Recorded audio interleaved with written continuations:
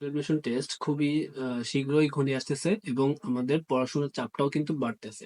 আমাদের যেহেতু খুব বেশি সময় ধরে পড়তে হয় এবং আমাদের মেডিকেল এডমিশনের চান্স পেতে হলে আমাদের সবাই জানি যে আমাদের হার্ড ওয়ার্কটা খুব বেশি জরুরি।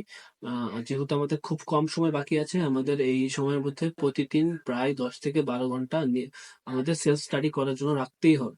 সেলফ স্টাডি করার জন্য তোমার 10 থেকে 12 ঘন্টাটা মিনিমাম রাখতেই হবে, কারণ আহ খুব বেশি ইনফরমেশন তোমার পড়তে হয় প্রতিদিন এবং তোমাকে প্রচুর রিভিশন দিতে হবে। রিভিশন দেওয়ার জন্য কিন্তু একটা টাইম প্রয়োজন।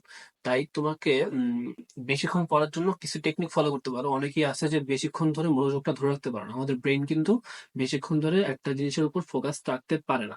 সেজন্য তোমাকে কিছু টেকনিক ফলো করতে হবে। যেমন তুমি পোমোডোরো টেকনিকটা ফলো করতে পারো। যেটাতে কি হবে, তুমি আধা ঘন্টা পড়াশোনা করবা বা 1 ঘন্টা পড়াশোনা করবা, পড়াশোনা করার পর 10 মিনিট বা 5 মিনিটের একটা ব্রেক নেবা। 10 মিনিট বা 5 মিনিটের ব্রেকে কি হবে, তোমার ব্রেনটা আবার রিস্টার্ট নেবে।